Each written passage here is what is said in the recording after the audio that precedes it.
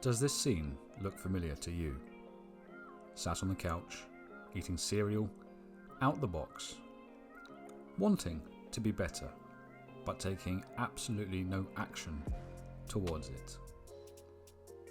That's where Simon was 1 month ago, before he made a change.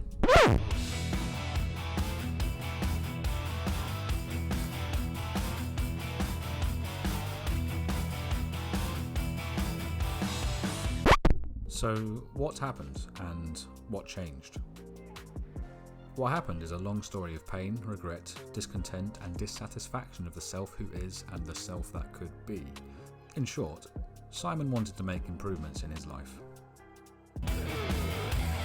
And it all started with beef.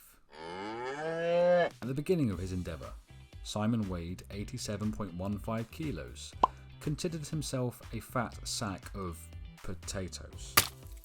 He did some scientific research and made the decision to only eat beef for 1 week straight. I'm just going to eat beef this week. He ate a lot of steak. Didn't change much else, just ate cows. And at the end of the week, though visually there was not a great change, he had lost 2.45 kilos and was determined to hit the next week running. And by running I mean walking. Slowly. Nevertheless, this fat chap managed to lose a little bit more. 850 grams more. But still, progression. Week 3 he hit as hard as he could, worked out every day, stayed in a calorie deficit, picked up a small but fairly severe addiction to chocolate, and lost 1.7 kilos. He felt like he still felt like there was a long and painful journey ahead of him, but he weighed less, which helped with his final week. Press-ups and planks. He did hundreds, improving his press-up max and time held in a plank. Winner.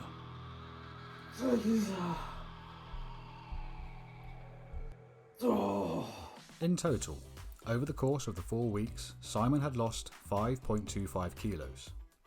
The visual difference was slight, and he still has a long journey ahead of him, both physically and mentally, but it was a good start.